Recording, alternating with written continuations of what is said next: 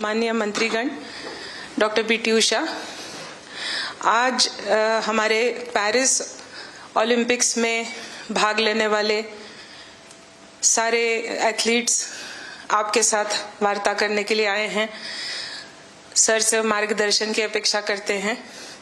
लगभग 98 लोग ऑनलाइन जुड़े हुए हैं सर, क्योंकि उनकी विदेश में ट्रेनिंग चल रही है, देश के दूसरे केंद्रों में ट्रेनिंग चल रही है और आने वाले कुछ दिनों में आप सभी लोग पेरिस के लिए रवाना होंगे।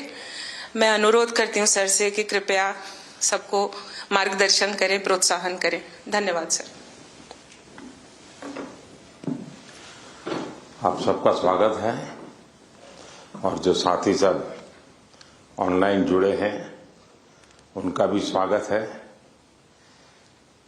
साथियों, मैं आज तो ज़्यादा समय नहीं लेता हूं आपका, क्योंकि वो आप जाने के मूड में होंगे और जीतने के मूड में होंगे और मैं आपका जीत करके वापस आ होंगे तब स्वागत करने के मूड में हूं।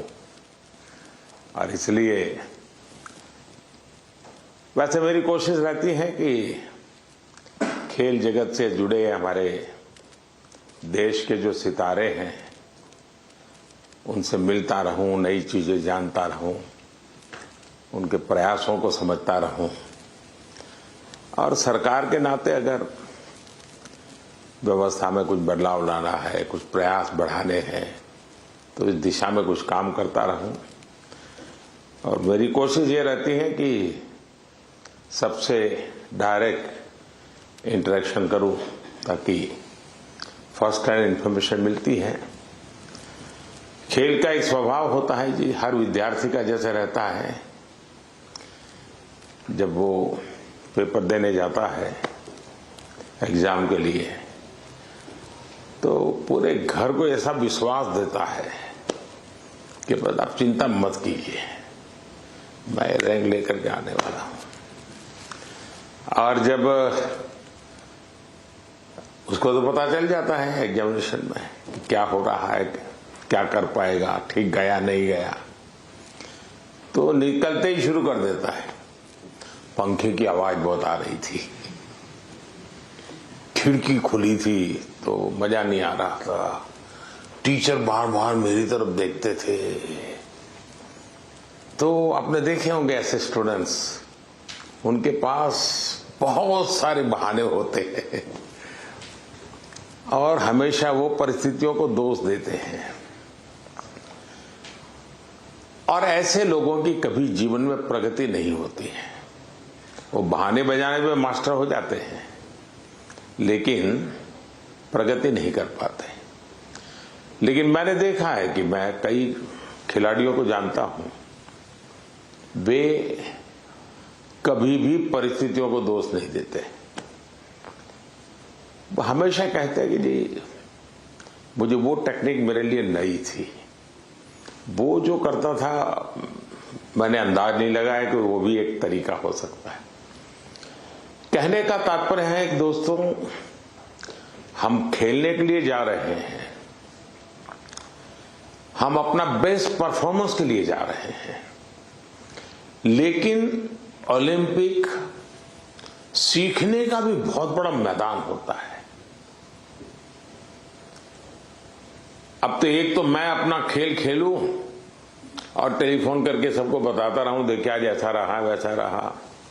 दूसरे होते हैं बाकी हर खेल देखने जाते हैं, फलाना देश कैसे खेल रहा है, टिकना देश कैसे खेल रहा है, और वो चीजों को पूरी तरह ऑब्जर्व करता है, कोशिश करता है एब्सॉर्ब करने की और आकर के अपने कोच को भी बताया कि यार भाई मैंने देखा उसने तो बड़ा कमाल कर दिया था लास्ट मोमेंट, अब मुझे भी बताइए वो क्या टेक्निक थी। कभी उस वीडियो को लेकर के 10 बार देखता है कि उसने कैसे उसको पलटा था। तो इन्हें जो सीखने की वृत्ति से काम करता है उसके लिए सीखने के बहुत अवसर होते हैं। जो शिकायत में जीना चाहता है उसके लिए भी अवसरों की कमी नहीं होती है। दुनिया के समृद्ध समृद्ध देश भी उत्तम से उत्तम सुविधाओं के साथ आए हुए लोग भी शायद शिकायत करते हुए नजर आएंगे और हमारे जैसे देश के लोग जाते हैं, कई कठिनाइयां होती है, बहुत सी असुविधाएं होती है, लेकिन दिल में उसके मन में रहता है मेरा देश, मेरा तिरंगा झंडा, और इसलिए वो कठिनाइयों को, असुविधाओं को बिल्कुल साइड में रखता है, वो अपने मिशन के लिए लग जाता है। और इसलिए साथियों, मुझे पक्का विश्वास है कि इस बार भी खेल के मैदान में आप भारत का नाम रोशन करके आएंगे। जो पहली बार जा रहे हैं, जिनको ओलंपिक में जाने का पहला मौका मिल रहा है, ऐसे कौन कौन है? अच्छा, बेटियों की संख्या ज्यादा है, पहलवानों की संख्या ज्यादा है? अच्छा, जो पहली बार जा रहे हैं उनके मन में क्या चल रहा है, मैं जरा सुनना चाहूंगा, आप क्या सोच रहे हैं? आप में से कोई भी बताए। हाँ बताइए, आप कुछ कहना चाहती हो ना? ये पीछे, हाँ बताइए। तो मुझे काफी अच्छा लग रहा है कि मैं पहली बार। हाँ, अपना परिचय बता दीजिए। और मैं रमिता जिंदल हूँ। एयर राइफल शूटिंग में मैं पहली बार ओलंपिक्स में जा रही हूँ, तो I am very excited to go because Olympics में जाने का सपना तो स्टार्टिंग से ही था मेरा, जब से स्पोर्ट्स स्टार्ट किया है मैंने। तो मुझे काफ़ी एक्साइटमेंट भी है और साथ में मोटिवेशन भी है काफ़ी कि देश के लिए मैं कुछ अच्छा करके आऊँ वहाँ। आपकी ट्रेनिंग कहाँ कहाँ हुई है? मैं हरियाणा से हूँ, बट मैं ट्रेनिंग चेन्नई में करती हूँ। परिवार में भी और कोई खेल जगत से जुड़े हुए थे कि आप ही ने शुरुआत की? नहीं, मैंने ही शुरुआत की है। अच्छा, वरना हरियाणा में तो हर घर में खिलाड़ी मिलेगा। बैठिए। और कौन कुछ बताएंगे अपना, जो पहली बार जा रहे हैं? बेटियां तो बहुत बता सकती है। दीजिए, वो बोलेगी कुछ। हाँ, मेरा नाम रितिका है और मैं हरियाणा रोहतक से हूँ और मैं बहुत खुश हूँ, मैं पहली बार जा रही हूँ। एक्साइटमेंट भी बहुत है कि मैं अपना मैट पे प्रदर्शन दिखाऊंगी, पूरे देश की नज़र मुझ पे होगी और सभी लोग दुआ भी कर रहे हैं और मैं भी अपना 100% दूंगी। शाबाश। और बोलिए ना। हाँ दीजिए, आप संकोच कर रही है, बोलना है, आपको बॉडी लैंग्वेज कह रही है। मेरा नाम अंतिम पंगाड़ है और मैं 53 kg में रेसलिंग करती हूँ। मैं अभी 19 साल की हूँ और मैं ओलंपिक खेलने जाऊंगी। बहुत खुशी है मुझे कि भाई अभी तक ओलंपिक में सिर्फ कुश्ती में एक ही मेडल आया लड़के का, और वो भी ब्रॉन्ज आया, तो मैं चाहती हूँ मैं इससे भी अच्छा मेडल लेके आऊँ। शाबाश। अच्छा, आप में से 18 से भी कम उम्र के कौन कौन है जिनकी एज 18 से कम है? एक, हाँ बताइए बेटा। हाँ। Hi, I'm Dinidhi Desingu. I'm 14 years old. I'm from Kerala, but I represent Karnataka generally. I am really excited to go to the Olympics this year as being a part of Team India. It's a great honor and a great privilege that I got to be a part with such an amazing team this year. I know that it's just the start of my journey, and I know that there's a long, long way to go for me and for all of us over here. I hope that we all make our country proud, and I hope that we come back with great achievements and lifetime goals. Wish all the best. अच्छा, जो लोग 3 बार से ज्यादा बार Olympic में गए हैं, ऐसे कौन कौन है? More than 3 times। हाँ, जरा उनसे सुनेंगे। हाँ, मोर देन 3 times। हाँ बताइए। हाँ, कहिए, झारखंड वालों को तो छूट है कुछ भी बोलने की। नमस्ते सर, मेरा नाम दीपिका कुमारी है, मैं आरजी को रिप्रेजेंट करती हूँ। सर बहुत खुशी है और कि ये चौथा ओलंपिक है मेरा और मैं बहुत एक्साइटेड हूँ और ये काफ़ी एक्सपीरियंस है, तो मैं उस एक्सपीरियंस को चाहूँगी कि उस एक्सपीरियंस को यूज़ करूँ और उसी जोश और उसी कॉन्फिडेंट के साथ रिप्रेजेंट करूँ और अपना 200% दूँ। Thank you. अच्छा, आप जो यहाँ नए खिलाड़ी पहली बार जा रहे हैं, उनके लिए क्या संदेश देगी, जो पहली बार जा रहे हैं इस टीम में? सर मैं बोलूँगी कि डेफिनेटली कि एक्साइटमेंट बहुत ज़्यादा होता है, बट मैं उनको बोलूँगी कि उस चकाचौंध में वो ना घुसे, जितना हो सके वो खुद पे फोकस करे और इन्जॉय करे, पर पूरे फोकस के साथ, पूरे सेल्फ कॉन्फिडेंस के साथ। और मैं ये बोलूँगी कि मेडल जीतना है उसके पीछे ना भागे, वो परफॉर्म करे, अच्छा परफॉर्म करे ताकि मेडल उनके पास आए। अब 3 बार हुआ ही, पहली बार गई उसमें कुछ सीखा होगा, कुछ आपने आकर के उसको प्रैक्टिस किया होगा, दूसरी बार गई कुछ और सीखा होगा। मैं जान सकता हूं कि आपने ऐसा कौन सी चीजें नई एडॉप्ट की जिसके कारण आपका कॉन्फिडेंस भी बढ़ा है और आपको लगता है कि आप देश को कुछ दे पाओगे? ये ऐसा तो नहीं कि रूटीन जो प्रैक्टिस करती थी वही करते, क्योंकि ज्यादातर मैंने देखा है, जैसे मैं योगा वगैरह करने की आदी हूं तो मैं समझ देता हूं मेरे लिए, लेकिन मैंने देखा है कि जो एक रिदम बन जाती है, जाते ही जिससे शुरू करता हूं वही से एकदम से शुरू हो जाता है। फिर मैं थोड़ा कॉन्शियस होकर कहूँ आज ये 2 छोड़ो, 2 नई चीजें करूं, तो थोड़ा मुझे वैसा हर एक का आदत हो जाती है कि वो अपनी जो पुरानी हैबिट है उसी प्रकार से एक्ट करता रहता है और उसको लगता है मैंने कर लिया। आपकी स्थिति क्या है?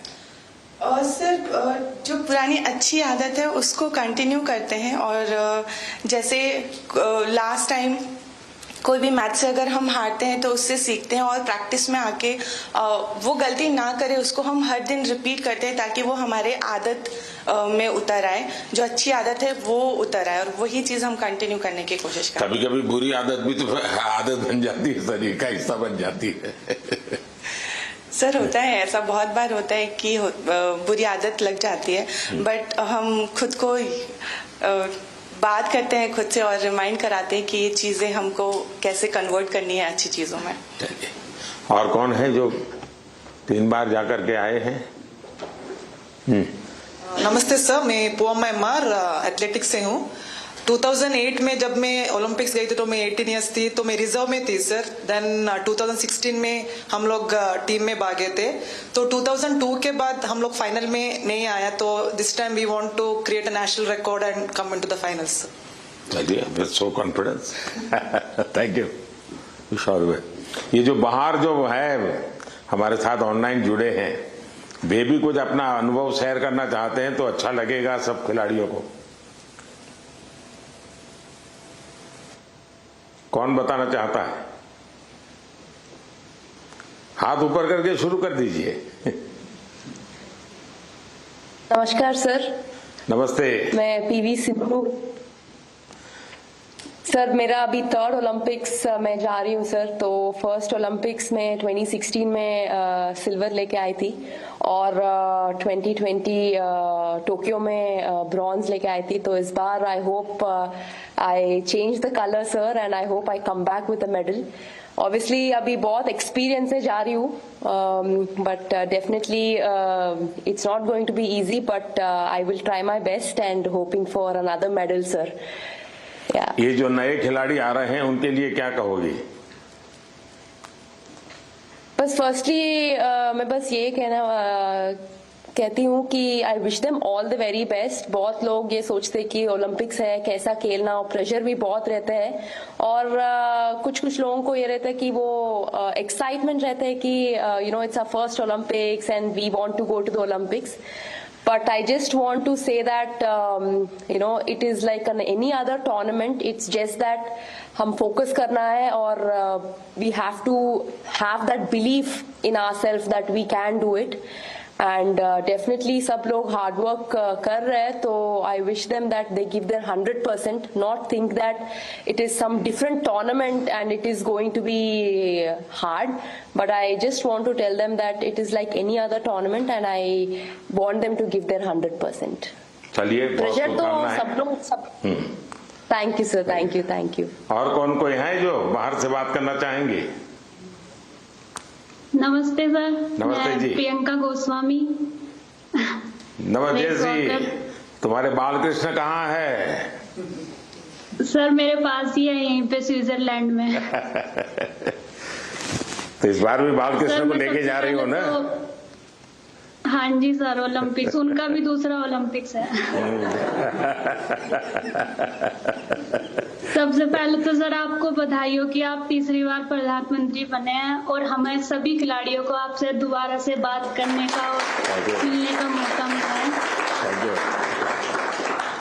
और सर जैसा कि दूसरा ओलंपिक्स है और मैं 3 महीने से ऑस्ट्रेलिया में ट्रेनिंग कर रही थी सरकार की तरफ से और अभी स्विट्जरलैंड में ट्रेनिंग कर रही हूँ टॉप्स की तरफ से, तो काफी सपोर्ट मिल रहा है हमें गवर्नमेंट की तरफ से कि हम दूसरे देश में जाके अपनी प्रैक्टिस कर रहे हैं। तो आई होप कि सभी प्लेयर्स ओलंपिक्स में अपना बेस्ट देंगे और अच्छा रिजल्ट देंगे और ज्यादा से ज्यादा मेडल जीतेंगे। अच्छा, आपकी एक शिकायत रहती थी कि तुम्हारा खेल ऐसा है कोई देखने वाला नहीं होता है, तो वहां प्रैक्टिस कर रही थी तो कोई होता देखने वाला? हाँ सर, विदेशों में तो इस खेल को भी मतलब उतनी ही अहमियत दी जाती है जितनी की और खेलों में दी जाती है, तो अपने देश में थोड़ा सा कम था, लेकिन जब से आप भी उसको इनक्रेज कर रहे हो कि सब देखो, इस हर खिलाड़ी के लिए आप बोलते हैं, तो हमारे देश में भी बहुत लोग अभी खेल को देख रहे हैं और काफी बढ़ावा मिल रहा है खिलाड़ी को और हमें भी सपोर्ट मिलता है कि कोई देखता है हमारा इवेंट कि हाँ सब बैठ के देख रहे हैं, तो हमें भी और मोटिवेशन आता है कि अच्छा करना है। चलिए, बहुत बहुत बधाई आपको। और कौन है वहां से कोई बात करना चाहेगा? सर नमस्कार सर। नमस्कार। मैं निखत बोल रही हूँ सर। मैं बॉक्सिंग में 50 कैटेगरी में इंडिया को रिप्रेजेंट करने जा रही हूँ ओलंपिक्स में, और ये मेरा पहला ओलंपिक्स है और मैं बहुत एक्साइटेड हूँ। एट द सेम टाइम मैं अपने आप को फोकस रख रही हूँ क्योंकि पूरे देशवासियों का मेरे ऊपर एक्सपेक्टेशंस है, तो मैं उनकी उम्मीदों पे खड़े उतरना चाहती हूँ और अपने देश का नाम रोशन करके वापस लौटना चाहूंगी। बहुत बहुत शुभकामनाएं। नीरज कुछ कह रहे थे? हाँ नमस्ते सर। नमस्ते भैया। कैसे हो सर? मैं वैसा ही हूँ, तेरा चूरमा अभी तक आया नहीं। चूरमा लेके आएंगे सर इस बार। पिछली बार वो दिल्ली में चीनी वाला चूरमा था, आपको हरियाणा का वही तो। और नहीं, मुझे तेरी बाग के हाथ का चूरमा खाना है। पक्का सर। बताइए। बिल्कुल सर, हम भी अभी बाहर हैं जर्मनी में और ट्रेनिंग बहुत अच्छी चल रही है। इस बार मैं काफी कम कंपटीशन खेल रहा हूं क्योंकि बीच बीच में मुझे एक इंजरी हो रही है, पर अभी काफी बेटर है। अभी कुछ दिन पहले मैं फिनलैंड में कंपटीशन खेला था और वो काफी अच्छा रहा। और 1 महीना है हमारे पास ओलंपिक्स के लिए और ट्रेनिंग बहुत बढ़िया चल रही है। कोशिश कर रहे हैं कि अपने आप को पूरा फिट करके जाएं पेरिस में और 100% दे सर अपनी कंट्री के लिए, क्योंकि 4 साल में आता है। मैं सभी एथलीट्स को ये बोलना चाहूंगा कि 4 साल में मौका मिलता है और अपने अंदर घुस के उस चीज को निकालें कि क्या वो चीज है जिससे हम अपना बेस्ट दे सकते हैं। क्योंकि मेरा टोक्यो मेरा पहला ओलंपिक्स था और पहले ओलंपिक्स में ही बहुत ही अच्छा रिजल्ट रहा, गोल्ड जीता देश के लिए। और उसका रीजन मैं मानता हूं कि ये है कि मन में डर नहीं था, निडर होके खेला और बहुत ही बिलीव था खुद पे कि ट्रेनिंग बहुत अच्छी हुई है। और मैं सभी एथलीट्स को ये बोलूंगा कि वैसे ही खेलें, किसी से डरने की घबराने की जरूरत नहीं, क्योंकि वो भी इंसान है। कई बार हमको लगता है कि शायद यूरोपियंस ज्यादा स्ट्रांग है या फिर यूएस के एथलीट या दूसरी कंट्रीज के ज्यादा स्ट्रांग है, लेकिन वही है कि अगर हम खुद को पहचान लें कि हाँ हम इतनी मेहनत कर रहे हैं, अपने घर बार को छोड़ के इतनी दूर हैं, तो कुछ भी पॉसिबल है जी। चलिए, बहुत बढ़िया टिप दिए हैं सबको। मैं आपका धन्यवाद करता हूं और आपको शुभकामनाएं देता हूं। आपका स्वास्थ्य अच्छा रहे, 1 महीने में कोई नई इंजरी ना हो भाई। बिल्कुल सर, वही कोशिश कर रहे हैं।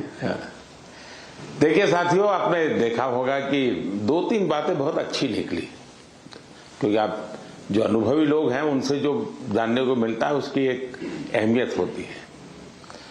जैसे आपको बताया गया कि वहां के तामझाम में डूब मत जाना, खो मत जाना, ये बहुत सही है जी। अदरवाइज हमारे लिए वो उसी का प्रभाव इतना होता है कि हम शायद अपनी चीज को फोकस नहीं कर पाते हैं। दूसरा, परमात्मा ने हमें एक कद दिया है, बाकी खिलाड़ी हमसे बड़े कद वाले होते हैं, लेकिन हम पक्का मान के चले यहां कद का खेल नहीं है जी। यहां कौशल्य का खेल है, आपकी टैलेंट का खेल है। सामने वाले का शरीर हमसे 2 फीट ऊंचा है, चौड़ा है, इसकी परवाह मत कीजिए। आपको अपने टैलेंट पे भरोसा होना चाहिए। और फिर सामने कितना ही शरीर मोटा हो, बड़ा तगड़ा हो, दिखने में बड़ा शानदार हो, तो वो जीत ही जाएगा मानने का कारण नहीं होता है। तो हमने कोशिश, अपने पास जो कौशल है, अपने पास जो टैलेंट है, उस पर ही हमारा फोकस होना चाहिए और वही हमें परिणाम देता है। आपने देखा होगा कि बहुत सारे लोग, बहुत कुछ आता है उनको, लेकिन एग्जामिनेशन के समय गड़बड़ हो जाती है। उनको लगता है यार याद नहीं आता है, फिर सोचता है कुछ कोरिलेट करता है, और उसका मूल कारण उसका एग्जाम पर ध्यान कम होता है। उसका मूल कारण होता है कि अगर मैं अच्छा नहीं करूंगा तो घर वाले क्या कहेंगे, अगर मैं मार्क्स कम लाए तो क्या, उसी प्रेशर में रहता है। आप चिंता छोड़ दीजिए दोस्तों, आप खेलिए अच्छा बस। अरे मेडल आते भी हैं, नहीं भी आते, क्या है, ये प्रेशर कभी मत रखिए।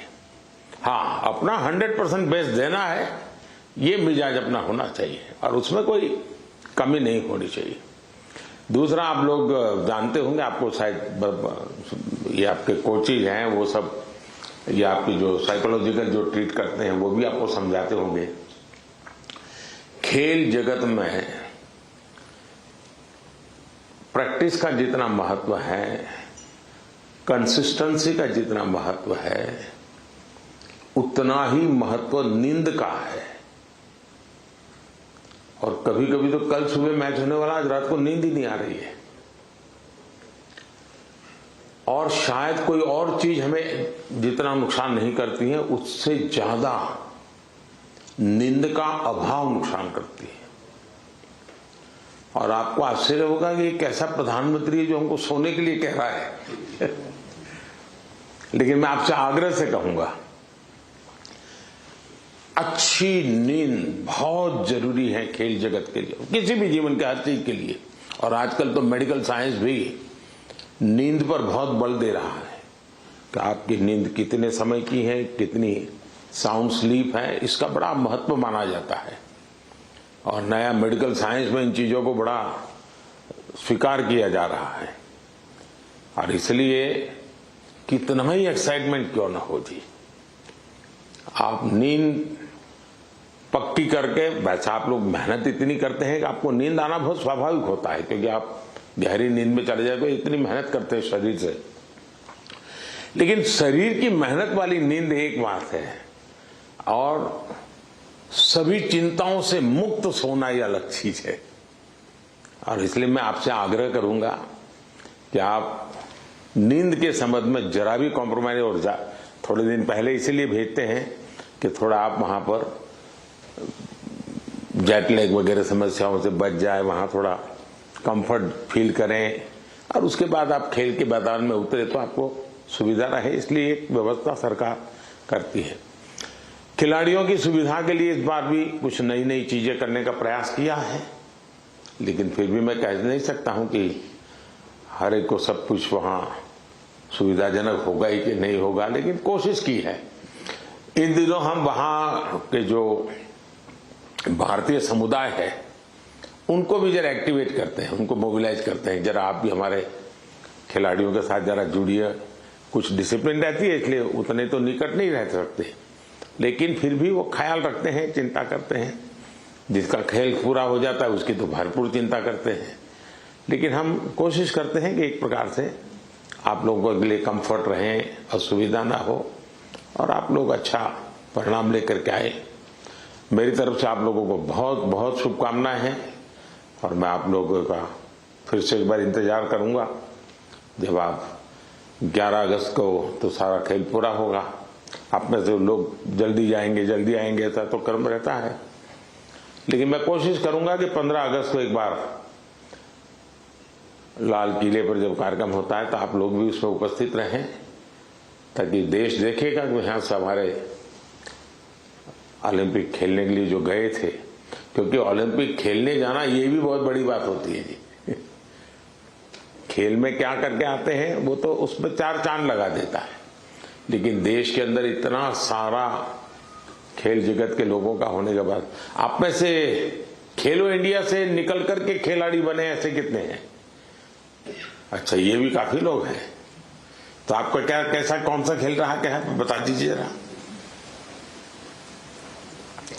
हेलो सर, मैं सिफ्त हूँ और मैं शूटिंग करती हूँ। तो खेलो इंडिया ने मुझे काफ़ी हेल्प की है, क्योंकि दिल्ली में ट्रेनिंग करके और उस टीम में आके जो भी मेरा रिजल्ट आया तो खेलो इंडिया कारण ही आया। चलिए, अच्छी शुरुआत है। हाँ जी। आपका? नमस्ते सर, मेरा नाम मनु भाकर है। मैं शूटिंग में ही अभी दूसरा ओलंपिक मेरी इंडिया को रिप्रेजेंट करूंगी। 2018 में जो फर्स्ट एडिशन था खेलो इंडिया स्कूल गेम्स का, उसमें मैंने नेशनल रिकॉर्ड के साथ गोल्ड मेडल जीता था और वहीं से उसके बाद मैं टॉप्स के कोर ग्रुप में आ गई थी। और तब से बस ये था कि इंडिया की जर्सी चाहिए और इंडिया के लिए खेलना है। और खेलो इंडिया एक ऐसा प्लेटफॉर्म था जो बहुत सारे लोगों को उसने एक मार्गदर्शन दिया है और आई थिंक वहाँ से काफ़ी सारे एथलीट्स ऐसे हैं जो आज मैं अपनी टीम में देखती हूँ, मेरे साथ भी खेलते हैं और मेरे से जूनियर भी हैं जो खेलो इंडिया से आए हैं। और उसकी एक बड़ी स्टेप होती है टॉप्स, जो मुझे 2018 से ही उसका सपोर्ट मिला है और मैं बहुत ही शुक्रगुजार हूँ कि इनकी सपोर्ट की वजह से जो एक खिलाड़ी की छोटी छोटी समस्याएं होती हैं वो उनका हल निकाल देते हैं। तो आई थिंक बहुत मेजर रोल प्ले किया है मेरे लिए तो खेलो इंडिया ने और टॉप्स ने। सो जी सर, जो आज मैं यहाँ हूँ मैं उसके काफ़ी हद तक उसका सहारा रहा है। जी शुक्रिया सर। चलिए, बहुत शुभकामनाएं आपको। और कोई है जो कुछ कहना चाहते हैं? आप अपने हिसाब से कुछ बात बताना चाहते हैं? हाँ, नमस्कार सर, मैं हरमनप्रीत सिंह हूँ हॉकी टीम से।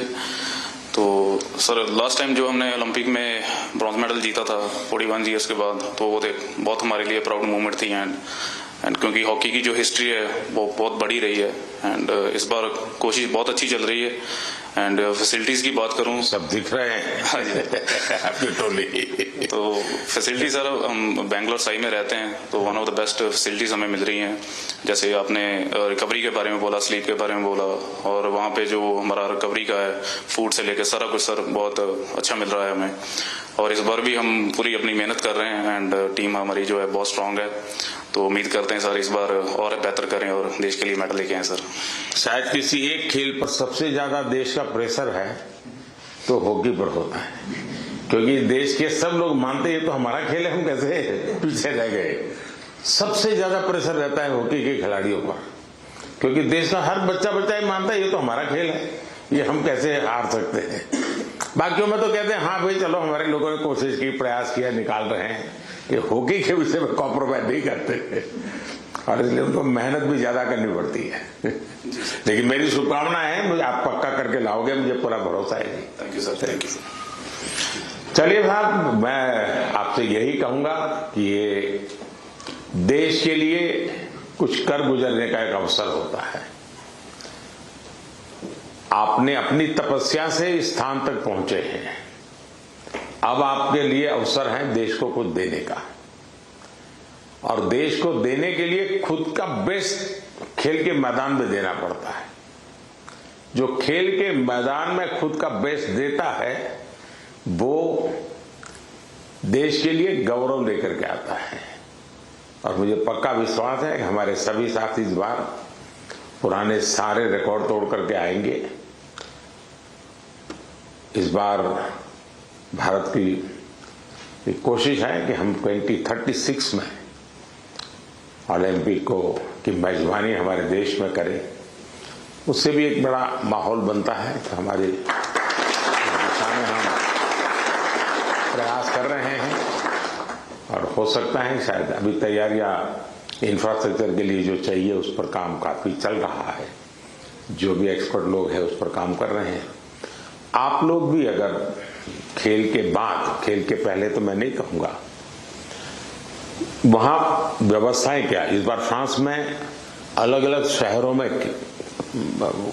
ओलंपिक हो रहा है और एक तो पूरा बहुत दूर एक आइलैंड पे हो रहा है।